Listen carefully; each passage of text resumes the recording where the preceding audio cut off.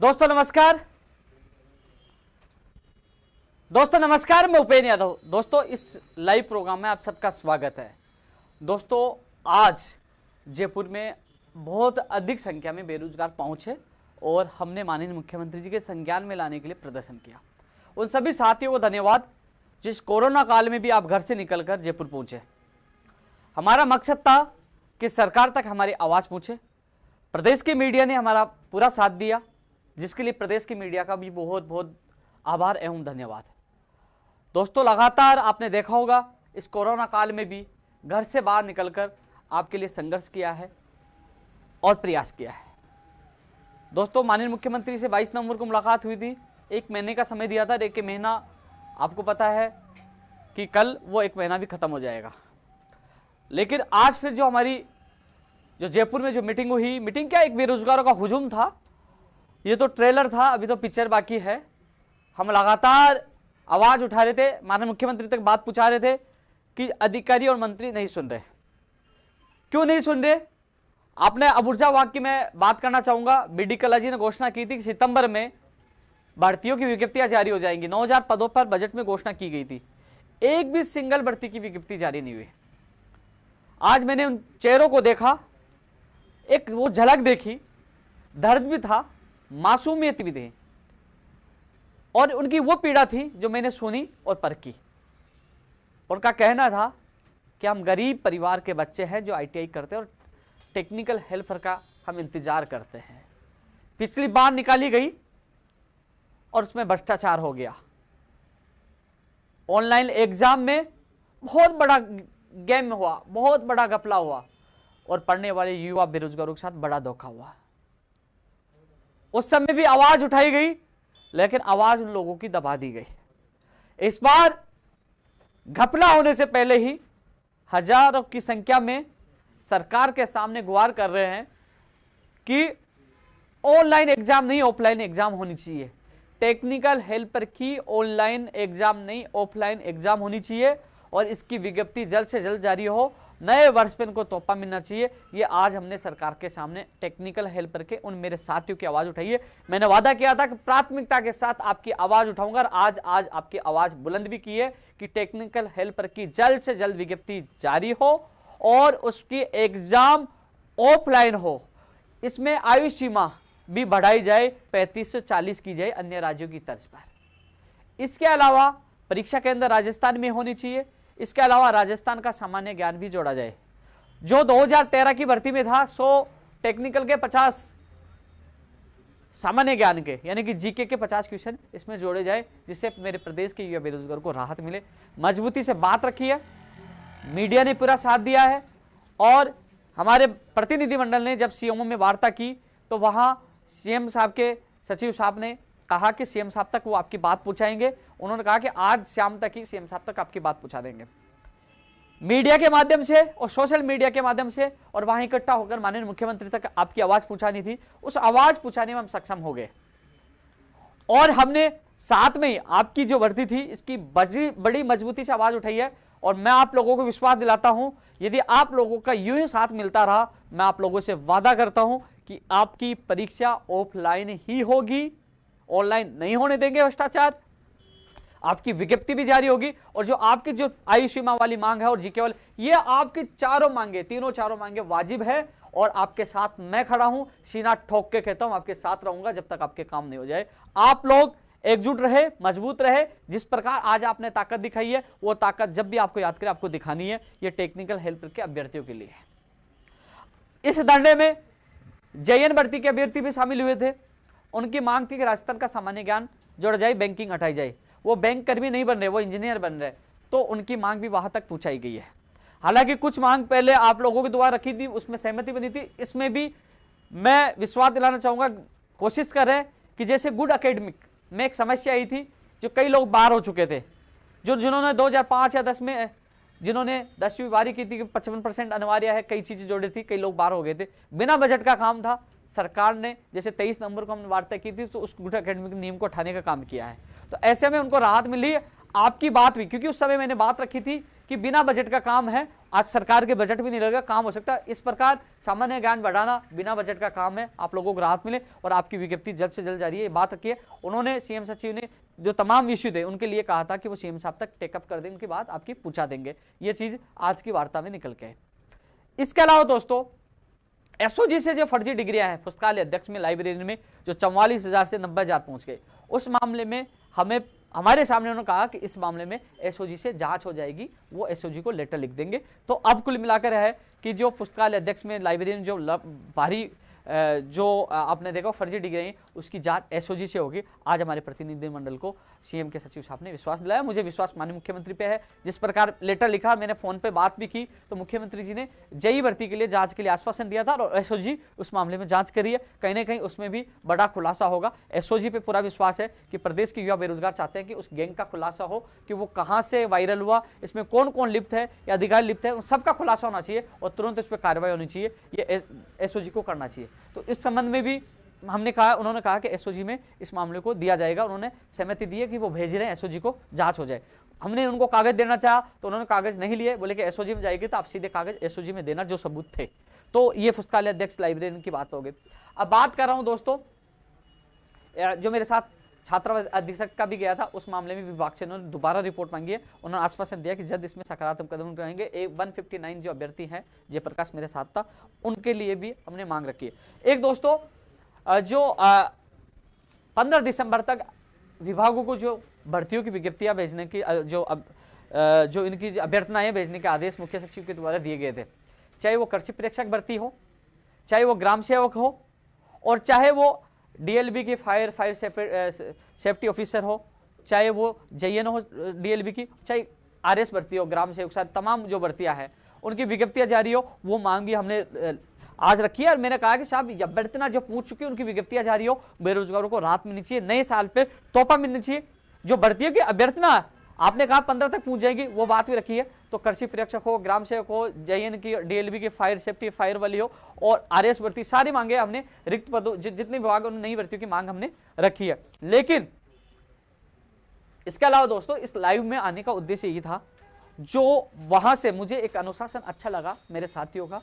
जैसे पुलिस प्रशासन ने हमें बहुत कम लोगों की परमिशन दी थी, हम लोग इकट्ठे बहुत ज़्यादा संख्या में इकट्ठे हुए और फिर भी हमने कोशिश की, आप लोगों ने हर बात मानी है और अनुशासन अच्छा दिखाया है। और सब लोगों ने कहा था कि भैया हम जा रहे हैं, आप हमें लाइव आके जरूर बताना क्या हुआ। तो टेक्निकल हेल्पर के साथियों को ये कहूँगा, मैं आपके साथ हूँ, जल्दी आपको अच्छी खबर मिलेगी। और हमने साथ में जो ये मांग रखी है, नहीं भर्ती है कि अन्य के लोगों की मांग रखी है, एसओजी वाली भी रखी है, टेक्निकल हेल्पर वाली मैंने बड़ी मजबूती से बात रखी है। क्योंकि जब आपके चेहरे मासूम मैंने देखे ना, तो मेरा दिल कह रहा था कि इनका तो जी जान से मुझे साथ देना है। साथ तो मैं सभी का देता हूँ, लेकिन एक छोटा सा विशेष लगाव ऐसे लगा कि वास्तव में गरीब परिवार से निकल के आते हैं। पिछली बार जो फर्जीवाड़ा मैंने भी देखा कि ऑनलाइन जो चीज़ें स्क्रीनशॉट बाहर आ रहे थे, इनको न्याय मिलना चाहिए। इसके अलावा दोस्तों हमने इस बार, क्योंकि पिछली बार माननीय मुख्यमंत्री मिलने के बाद 1 महीने का अल्टीमेटम दिया था, जिसको लेकर हम 25 तारीख को बेरोजगार महासंघ कार्यालय में जो हमारा एक कोर कमेटी वापस इकट्ठे हो रहे हैं और 25 को हम बैठ के तय करेंगे कब क्या और कैसा करना है। ये निर्णय हम सब मिलकर लेंगे कि पूरी रणनीति तैयार की जाएगी, जिसमें मेरे जो बहनें हैं उनका लगातार मैसेज आ रहे हैं। विजयपाल को मैंने सूचित कर दिया, विजयपाल और उनके साथी आ रहे हैं। आप सब मिलकर आप कहोगे जिससे निर्णय लिया जाएगा आपके ऊपर ही है। 25 को वो भी आ रहे हैं। और जो मेरे साथी पंचायत राज एलडीसी के 10,029, मैं मुख्य सचिव साहब से मिलकर आया था और उन्होंने सीएम साहब से बात करने की बात की थी और वित्त विभाग में आपकी फाइल बता रहे थे। ऐसा नहीं कि आपकी बात नहीं रखी, मैं मजबूती से आपकी बात रख रहा हूँ और रखूंगा। लेकिन 25 तारीख को, क्योंकि 2 या अहम जो है इनका होना जरूरी, 2 भर्तियाँ जो 2013 की है, इनका होना बहुत जरूरी है। और क्योंकि 7 साल से लंबित है और सबसे ज़्यादा दुखी ये लोग हो रहे हैं, तो 25 तारीख को बैठ के अगली रणनीति बनाएंगे आपके अनुसार, हम सब मिलकर कार्यालय में। इसके अलावा दोस्तों कमेंट बहुत लोगों के आ रहे होंगे। आज हम जो संघर्ष कर रहे हैं, जब 22 तारीख को मिलने के बाद, सुन लीजिए, संघर्ष का परिणाम मिल रहा है, लेकिन जो परिणाम इन लोगों को चाहिए, जो बहनें हैं, जो संघर्ष लगातार साथ देती है, जो पंचायत राज अभ्यर्थी है एलडीसी के, ये देते हैं, इनको अभी तक उनका न्याय नहीं मिला। लेकिन इसके लिए लड़ेंगे, क्योंकि 2013 एनएमजीएम के पद सर्जित हो चुके थे।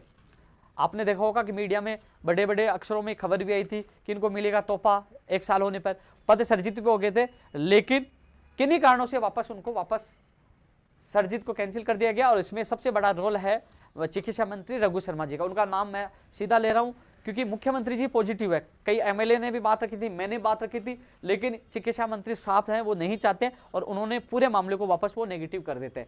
ऐसे में 25 तारीख को हम अंतिम निर्णय लेंगे कैसे हमें क्या करना है। लेकिन इसके अलावा दोस्तों कई लोगों को कॉलो मैसेज आते हैं, अभी मैसेज आ रहे होंगे, तो उन लोगों से मैं ये कहना चाहूँगा, भाई तुम्हारी कोई भी समस्या है, हम लड़ाई लड़ रहे हैं, आइए 25 तारीख को, एक भर्ती का एक, ऐसा नहीं 100-200 इकट्ठे, कार्यालय में इतनी जगह नहीं है, आइए।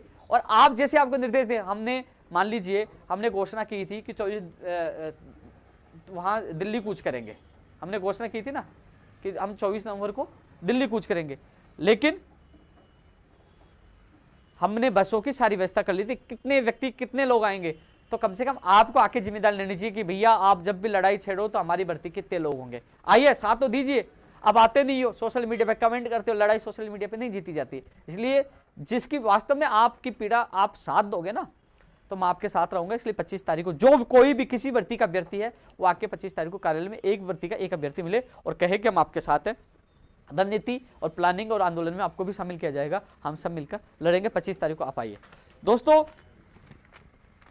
हमने जो आज की वार्ता हुई तो हमने 1 महीने का अल्टीमेटम दिया सरकार को कि 1 महीने में आधी मांगे तो हमारी बिना बजट की हैं। बाहरी राज्यों का कोटा समाप्त हो, आज फिर वो मांग उठाई है, लेकिन ये बाहरी राज्यों का कोटा समाप्त हो, ये मांग बहुत बड़ी मांग है, लेकिन ये कमजोर क्यों पड़ जाती है? क्योंकि कमजोर पड़ने का कारण हम लोग हैं कि साहब हमारे तो पटवारी आ जाए, हमारे तो रीट आ जाए, हमारे तो राजस्थान पुलिस आ जाए, अरे हमारी भर्ती आ जाए, मेरा निजी स्वार्थ पूरा हो जाए। कभी ये नहीं सोचते कि भर्तियां बाद में आ जाएंगी, पहले बाहरी राज्य का कोटा कम हो। तो ये सब हम सब मिलकर आवाज उठाते तो कहीं ना कहीं बाहरी राज्य का कोटा समाप्त हो जाता, लेकिन नहीं, निजी स्वार्थ के होते हुए कि मेरे तो रीट की विज्ञप्ति आ जानी चाहिए, बाहरी राज्य का कोटा कम नहीं हो, हमारा काम हो जाए। इस कारण से ये कोटा अटका पड़ा है। जब तक हम सब लोग एक नहीं होंगे, मजबूती से आवाज नहीं उठाओगे, फिर नहीं उठाओगे जब तक काम नहीं होगा। फिर भी आज हमने आपकी आवाज फिर बुलंद की है, प्रदेश की मीडिया ने पूरा साथ दिया है। अभी भी कह रहा हूं, जाग जाओ अपने हकों के लिए और हमारी इस लड़ाई, इस अभियान में साथ दे। दोस्तों आपने 1 महीने का समय दिया है इन मांगों के लिए। 1 महीने बाद मेरे जो साथी टेक्निकल हेल्पर के जो अभ्यर्थी भाई वो सुन लीजिए, जो लोग नहीं आए वो जाग जाइए। 1 महीने बाद हम फिर से, इस बार शांतिपूर्वक आंदोलन था और 1 महीने में हमारा काम नहीं होता तो उग्र आंदोलन, बहुत बड़ा आंदोलन होगा। क्योंकि 22 तारीख को भी माननीय मुख्यमंत्री की बात मानिए, मुख्यमंत्री जी के निर्देशों की पालना नहीं हो रही। मुख्यमंत्री जी ने 2013 में 13 की एलडीसी पंचायत राज है उसको साल भर पहले कह दिया था कि इसके आदेश जारी, उन्होंने निर्देश दे दिए थे, कैलेंडर जारी कर दिया, वो आज भी लटकी पड़ी है 10,029 पदों पर। बाहरी राज्यों को कोटा समाप्त करने के लिए निर्देश दिया था अधिकारियों को, वो निर्देश अभी तक अधूरे है। एनएमजी ने वाला मामला अधूरा, कई मामले ऐसे अधूरे हैं। तो ऐसे में अब जब कुछ होगा वो बड़ा होगा और बहुत बड़ा होगा, क्योंकि जो करना छोटा मोटा कर लिया। लेकिन अभी 1 महीने का जो हमने समय दिया है और 25 तारीख को मीटिंग में तय हो जाएगा क्या करना है, हम सब मिलकर। लेकिन इस दौरान जैसे बीकानेर में कल जा रहा हूं, इसके अलावा 1 महीने के अंदर हर अभ्यर्थी से मुलाकात की जाएगी। भाई तेरी कौन सी भर्ती है, तेरे कितने लोग होंगे, हर व्यक्ति को जिम्मेदारी दी जाएगी। यह लड़ाई उपेन्द्र यादव की नहीं है, ये प्रदेश के तमाम बेरोजगारों की। हम सब मिलकर एक बड़ी रणनीति तय करेंगे और उस रणनीति के तहत ही हम आगे की लड़ाई लड़ेंगे। मुख्यमंत्री जी अच्छा काम करें, मैं मुख्यमंत्री के खिलाफ नहीं हूं। जहां तक जो बात रखी है मुख्यमंत्री जी की, उन्होंने कुछ काम किए भी हैं। कुछ लोग कहते हैं कि उपेन्द्र यादव मुख्यमंत्री को धन्यवाद क्यों देता है। भाई मुख्यमंत्री जी ने काम किया इसलिए धन्यवाद देना पड़ता है। कौन कौन से काम करती है मैं आपको बता दूं, सुन लीजिए। गुड अकेडमी का नियम हटाया, मेरे साथ वो प्रतिनिधि मंडल में शामिल थे, हुआ। उन्होंने मुख्यमंत्री शिक्षा मंत्री जी को बोला था चुनाव आचार संहिता 14 को हटी और आपको पता है आपकी घोषणा हो गई है और 25 अप्रैल को एग्जाम होगी और विज्ञप्ति भी इस वीक में आ जाएगी। और जो अभी आचार संहिता की खबरें चली कि आचार संहिता कल या कभी भी लग सकती है, कभी भी लग सकती है, तो अब उसके लिए भी मैंने अधिकारियों को सबको अभी थोड़ी देर पहले लाइव आने से पहले अवगत करवा दिया था कि साहब विज्ञप्ति जल्द से जल्द जारी करें, कहीं आचार संहिता में ये विज्ञप्ति न अटक जाए, क्योंकि बेरोजगार अभी भी विश्वास नहीं करे कि 25 अप्रैल को हमारी एग्जाम होगी। दोस्तों एग्जाम आपकी होगी। जो उन्होंने केविट लगाई है कोर्ट की कि भर्ती कोर्ट में अटके, जो छूट दिए पात्रता को लेकर, तो उन्हें केविट लगाना एक सीधा सा एक संदेश है कि भर्ती को लेकर अब सरकार सक्रिय होगी। 25 अप्रैल को एग्जाम होगी। कई लोग कह रहे नहीं होगी, होगी 25 अप्रैल को। तो मैं बता रहा था इसके अलावा 3500 पदों पर रीट की एक और सूची के आदेश, नियुक्ति आदेश भी हो चुके हैं। हमारे कुछ बेरोजगारों के 50 से ज्यादा बेरोजगारों के मुकदमे वापस ले लिए, जिनका भविष्य लटका हुआ था, 50 से ज्यादा बेरोजगारों के मुकदमे वापस ले लिए। इसके अलावा बिजली विभाग में जो अलग अलग डिस्कॉम में वाला मामला था, वो भी परीक्षा केंद्र वाला मामला था। बिजली और जेईएन वाले में, टेक्निकल हेल्पर वाले परीक्षा केंद्र का मामला है, जेईएन वाले में और राजस्थान में परीक्षा केंद्र होंगे। तो कई चीजें मांगे उन्होंने पूरी की, इसलिए मेरा धन्यवाद बनता है। और रीट लेवल 2 का वेटेज का मामला था, मुझे आज भी याद है 7 जून 2019 में मैं अशोकनगर थाने में हम लोग कितने लोग गिरफ्तार हुए थे, 82 लोग, वेटेज खत्म हो। और जो लोग आज कॉफी फेस्ट करने का काम करते हैं, जो लोग लंबी लंबी बातें करते हैं ना, 24 दिसंबर 2019 को 8:05 का मेरा वीडियो देखना आप, मेरी फेसबुक पर जाकर देखना, 8:05 24 दिसंबर मैं शिक्षा मंत्री के साथ बैठा हुआ था, क्योंकि रीट को निकालने के लिए हमने संघर्ष किया कि रीट की विज्ञप्ति जारी हो। और निकलने के बाद विसंगतियां को लेकर हमारी मीटिंग हुई थी और हमने बात रखी थी रीट का वेटेज खत्म हो, क्योंकि 90-10 होने से अब सबको राहत मिलेगी, अन्यथा लोग फर्जी डिग्री से लोग लग रहे थे। वो चीज भी हमारी एक बड़ी जीत हुई है। जिन चीज होती है, ऐसा नहीं है कि हम विरोधी पार्टी नहीं, विपक्षी पार्टी नहीं कि विरोध करते, जहां मुझे लगता है काम हुआ है वह धन्यवाद देना चाहिए। अब विरोध करोगे तो कोई काम भी नहीं करेगा, इसलिए मैंने इन चीजों के लिए धन्यवाद दिया। और आज जो इकट्ठे हुए कि मुख्यमंत्री तक हमारी बात पूछे, क्योंकि मुझे पता है कल मुख्यमंत्री जी इस मामले में संज्ञान ले लेंगे, वो पूछ लेंगे कि ये वापस क्यों इकट्ठे हुए हैं, इतने बेरोजगार क्यों इकट्ठे हुए हैं, क्या इनकी मांग है। तो कहीं ना कहीं बेरोजगार को राहत मिल सकती है, मुझे पूरा विश्वास है। इसके लिए हमने एक हमारी ताकत दिखाई है। ये अभी ताकत क्या, अभी तो मैं लोगों को इकट्ठा करना शुरुआत की है, सिक्कर से, यहाँ से, अब लोग जाग रहे हैं। अब एक दिन ये देखना कि हजारों की संख्या जयपुर में होगी, हजारों की संख्या होगी। ये छोटा सा प्रयास था, किसी कॉल नहीं, ट्वीट के माध्यम से छोटा सा प्रयास है, लोग इतने आ जाए हैं। तो कहीं ना कहीं हम लोग महीने भर से तैयारी करेंगे तो हजारों की संख्या होगी, और हजारों की संख्या होगी तो हमारी मांगे भी पूरी होगी। लेकिन उससे पहले हम सरकार से निवेदन करते हैं कि ऐसी नौबत नहीं है कि बेरोजगारों को हजारों की संख्या में सड़कों पर उतरना पड़े, उनकी मांगे को आपको मानना होगा। अब कुछ लोग मैसेज कर रहे होंगे, मैं देख नहीं पा रहा, लेकिन आपका मांग पत्र सीएमओ में मुख्यमंत्री जी के वहां मैं सौंप के आया, तो वो आज भी उनके पास है, और आज वाला भी मैंने सौंप दिया है। जब उनको जब मीटिंग होगी, कई मांगों को लेकर मीटिंग प्रस्तावित है, मुख्यमंत्री जी कई भर्तियों की मांगों को लेकर बहुत जल्द मीटिंग भी लेंगे। वो हमारी जो मांगे शामिल है, मुख्यमंत्री खुद अधिकारियों से मीटिंग लेंगे, उनमें कई मांगों का निस्तारण होगा। कुछ मांगों का निस्तारण हो चुका है, कुछ का होना बाकी है, जिसके लिए हमारा संघर्ष जारी है। नई भर्तियों के लिए हम प्रयास कर रहे हैं, चाहे किसी विभाग में जो रिक्त पद हैं, जो बजट में 75,000 पदों पे घोषणा की गई, उन भर्तियों की विज्ञप्तियां जारी हो, उसकी मांग करें। चाहे कंप्यूटर शिक्षक भर्ती की मांग करें कि कंप्यूटर शिक्षक भर्ती भी निकाली चाहिए, चाहे नई स्कूल व्याख्या हो, चाहे पीटीआई हो, चाहे पशुधन सहायक हो, चाहे ग्राम सेवक, ये तमाम नई भर्तियों की हम मांग लगातार कर रहे हैं। नई स्कूल व्याख्या भी अगले साल आएगी, उसके लिए भी हम मांग करें, पद भी बढ़ाए जाए, ये हम मांग करें। दोस्तों, वेटेज वाला मामला आप लोगों को बता ही दिया था, और नई विज्ञप्ति के लिए भी मैंने अभी लाइव आने से पहले कहा था कि आचार संहिता में न फंस जाए, उसको जल्द से जल्द करवाया जाए, क्योंकि मैंने ये मांग की कल परसों में जारी करवाओ, कल ही जारी करवाओ आचार संहिता लगने से पहले। तो इसमें भी मुझे लगता है कि इसी वीक में जल्द आपकी विज्ञप्ति जारी हो जाएगी, जल्द आपको खुशखबरी मिल जाएगी। एक चीज और नोट करना, मेरा जो पिछले लाइव था, मैंने आपको क्या कहा था, लोग विश्वास नहीं कर रहे थे, भैया संघर्ष करते हैं इसलिए हर चीज का पता होता है। आपको ये कहा था कि आपको बहुत जल्द खुशखबरी मिल जाएगी, इसी महीने में विज्ञप्ति जारी होगी, और पता नहीं 2 साल पे माननीय मुख्यमंत्री 17-18 को इसकी आपकी घोषणा कर दे। वो वीडियो उठा के देखना, 18 तारीख को ही माननीय मुख्यमंत्री ने घोषणा की कि नहीं की, आपको सबको पता है। इसको कहते हैं असली संघर्ष, लड़ाई भी लड़ते हैं, मैदान में उतरना पड़ता तो मैदान में भी उतरते हैं। और जहां दिल्ली कूच की तो वो नज़ारा अलग होगा, कूच करेंगे तो नज़ारा क्या, वो मेला होगा और वो बड़ा रेला होगा। लेकिन ऐसी नौबत नहीं आई। मुझे माननीय मुख्यमंत्री जी और सरकार से ये निवेदन है कि इन तमाम हमारे बेरोजगारों की मांगों का निस्तारण करवाए। दोस्तों, हाँ, कई एक जना कमेंट करा, कृषि परीक्षक की मैंने कह दिया है, कृषि परीक्षक की आज मैंने बात रखी है कि उसकी विज्ञप्ति जल्द से जल्द जारी हो, और शायद मैंने यही कहा कि इसमें नए साल पे तोहफा मिलना चाहिए, उसकी विज्ञप्ति जारी हो, वो बात रखी है, आज रखी है। इसके अलावा दोस्तों 25 को मीटिंग है। हाँ, कल मैं बीकानेर रहूंगा, इसलिए रहूंगा कि वरिष्ठ अध्यापक भर्ती 2018 की जो अनुशंसा, पिकअप लिस्ट की अनुशंसा आरपीसी को भिजवाई, इसके लिए हम इकट्ठे हो रहे हैं। सभी साथी घर से निकले, कल नहीं परसों रहूंगा, सॉरी, कल तो मैं निकलूंगा, कल चौमू सिकर होते मैं निकलूंगा, फतेहपुर होते शाम तक मैं बीकानेर पहुंच जाऊंगा, और 10 बजे मैं आपके बीच में बीकानेर रहूंगा। आप सोचिए, जो लोग चाहते हैं सूची उनकी जारी हो। अरे यार, आप लोगों के लिए मैं जयपुर से आ रहा हूं, आप नहीं आ सकते हो। जो भाई बहन इस वीडियो लाइव को देख रहा है वो कल घर से निकले, जो एक और जो आपकी पिकअप लिस्ट है उसकी अनुशंसा आरपीसी की जाए, इसलिए सेकंड ग्रेड 2018 के अभ्यर्थी बीकानेर पूछे। 2016 वाले भी कॉल आ रहे थे कि भैया आपका भी मामला है तो आप भी बीकानेर पूछे, जितना सहयोग होगा आप लोगों का करूंगा। एक बड़ा मुद्दा ये भी है, बीएसटीसी प्रथम वर्ष और द्वितीय वर्ष की एग्जाम नहीं हो रही, लगातार कॉल और मैसेज आ रहे हैं, भाइयों रजाई में से तो निकलना पड़ेगा आपको, और निकलो और बीकानेर पूछो। बीकानेर निदेशालय से ही आपके आदेश होंगे, वहां दबाव बनाएंगे। सर, जब बीकानेर निदेशालय का घेराव होगा तो कहीं ना कहीं आवाज जयपुर तक, सरकार तक भी आएगी कि घेराव क्यों हुआ है, क्यों एग्जाम नहीं करवा रहे। तो बीएसटीसी प्रथम वर्ष और द्वितीय वर्ष के अभ्यर्थी भी ज्यादा संख्या में बीकानेर निदेशालय पूछे। मैं परसों सुबह 10 बजे वहां पहुंच जाऊंगा। और इसके अलावा दोस्तों, रीट 2018 मैंने आपको बताया था वीडियो से कि क्या क्या होगा। 20-21 दिन में आपका परिणाम आएगा, 20 दिन के अंदर कभी भी आ जाए, पहले आ जाए ना, ऐसा नहीं 20 दिन 21 दिन में आएगा। इसके अलावा 7 दिन में आपका जिला आवंटन और 10 दिन में आपकी नियुक्ति पर क्या काउंसलिंग का आदेश, वही हुआ है और आपके आदेश हो चुके हैं। लेकिन अब चल रहा है बड़ा लड़ाई। किसकी लड़ाई? कुछ लोग कह रहे हैं कि रिसफल होना चाहिए, कुछ कह रहे हैं वेटिंग होना चाहिए। मैं लगातार, मुझे पता है लड़ाई होगी, तो मैं लगातार कह रहा था एक और सूची जारी होनी चाहिए। किसका पक्ष लूं? वेटिंग का पक्ष लूंगा तो रिसफल वाली गाली देंगे, और रिसफल का लूंगा तो वेटिंग वाली गाली, ये वेटिंग वाली गाली देंगे, तो दोनों गाली देंगे ना यार। किसका पक्ष लूं? आप सोचिए।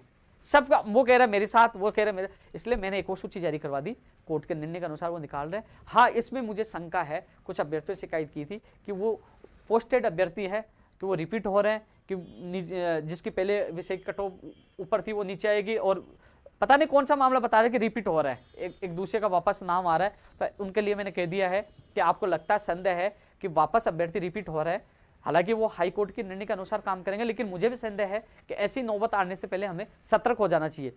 इसलिए वो लोग रिपीट वाले जो है, उनसे ये कहना चाहूंगा कि आप भी पूछे बीकानेर, खुद पूछे, घर बैठे नहीं, खुद पूछे, वहां बताए, मैं आपके साथ आपकी बात वहीं रखूंगा कि ऐसी नौबत नहीं आनी चाहिए कि जिससे मामला कोर्ट में अटके।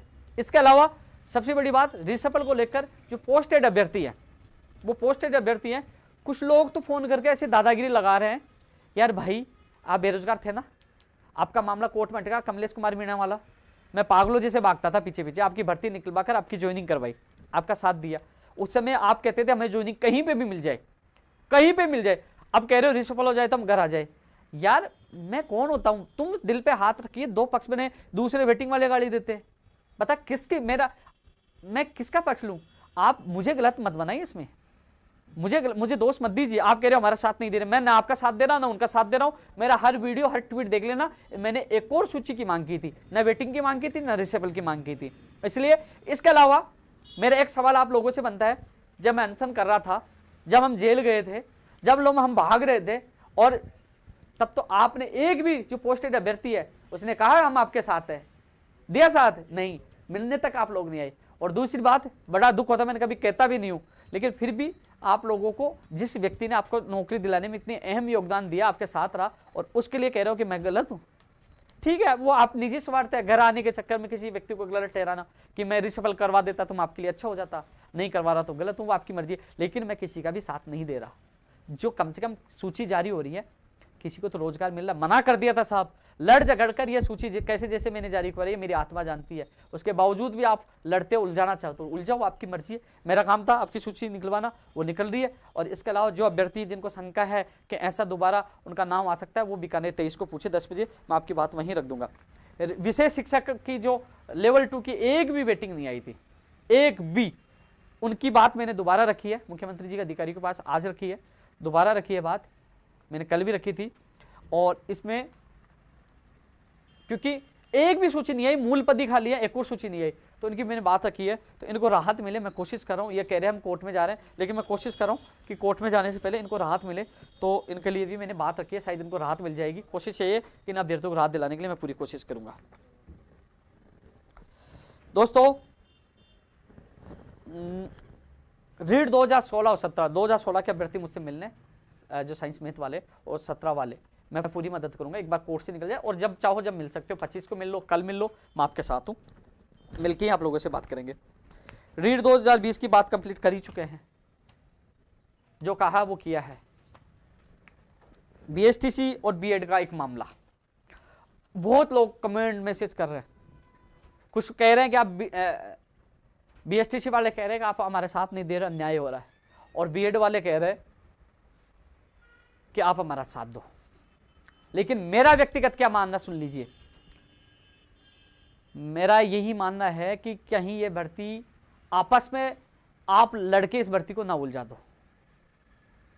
पिछली जो 2012 भर्ती थी, मेरे वो कई साथी लेवल 2 वाले फर्स्ट लेवल की बहुत तैयारी की, और लास्ट में 2-3 दिन पहले उनको फर्स्ट लेवल से निकाल दिया, वो टीचर आज भी नहीं बन पाए। आज वो कह रहे हैं कि उस दिन हम लेवल 2 की तैयारी कर लेते वो टीचर बन जाते, और अब फर्स्ट वाले कह रहे हैं कि हमारे साथ न्याय नहीं आओ तो हम कोर्ट में जाएंगे। लेवल 2 वाले भी कह रहे हैं हम जाएंगे, बीएड वाले भी कह रहे हैं। कोर्ट तो सबको दिखता है, भर्ती कैसे निकलती है हमें जानते हैं, हम रोज चिल्लाते हैं सोशल मीडिया पे, चैनलों पे जाके भर्ती निकालो, ज्ञापन देते हैं, पागलों जैसे घूमते हैं, और आपको आशा नहीं लगता है कोर्ट में भर्ती अटकाते। अरे किसी न किसी 31,000 को तो नौकरी मिलेगी ना। इसलिए सभी विवेक से आप लोग एक उलझन है, एक दूसरे को गाली गलौज ना करें। मैं देख रहा हूँ सोशल मीडिया पे कि ये हो रहा वो हो रहा, ऐसा ना करें। मैंने पहले भी सरकार को कहा था पारदर्शिता के साथ काम करें कि भर्ती ना उलझे और किसी वर्ग के साथ अन्याय ना हो। मैंने बात रखी थी और मेरा मानना यही है कि भर्ती प्रक्रिया किसी प्रकार से बाधित ना हो और भर्ती समय पे हो और 31,000 बेरोजगार को रोजगार मिले, जिससे उनको परिवारों को खुशियां मिले।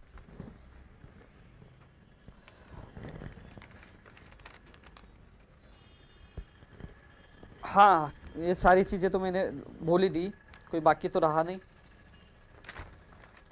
दोस्तों, मैं कमेंट देख नहीं पा रहा, वैसे मैं पूरे दिन भर उनके बीच में खड़ा था और अभी थोड़ी देर पहले घर पूछा, सुबह से कुछ खाया भी नहीं था और वापस मैं लाइव आ गया।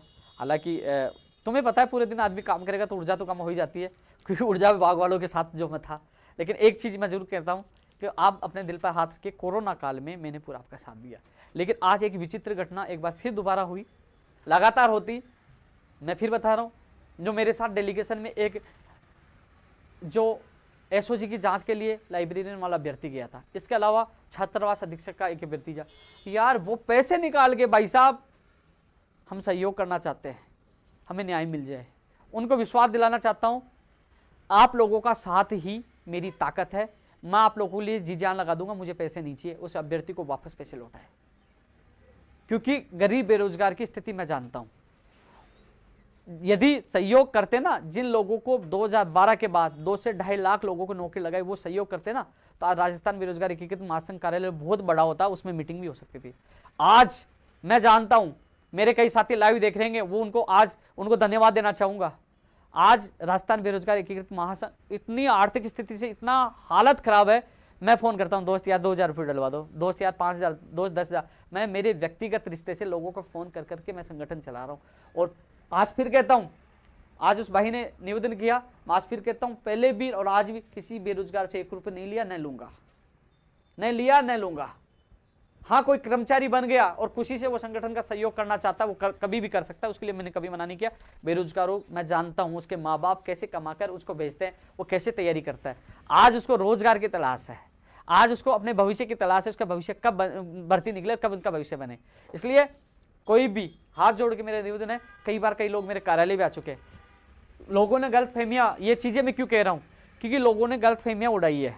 कई लोग कहते हैं भाई साहब हमने तो लोगों से ये सुना, लेकिन आपसे मिलने के बाद पता चलता है कि आप बिना पैसे लिए आप सहयोग करते हो, और जबकि खुद की जेब से पैसा खर्च कर कर्जा लेके मैं आप लोगों को सहयोग कर रहा हूं। तो ऐसे लोगों से बचकर रहें, क्योंकि मैं लाइव बोलता रहता हूं यार, किसी से लेता नहीं तो नीचे कमेंट करें ना किसी से लिया, लेकिन ऐसे लोगों से आपको बचकर रहना होगा, क्योंकि वो क्या है कि वो कुछ कर नहीं पाते, तो उनको बहाना चाहिए किसी को बदनाम करने का।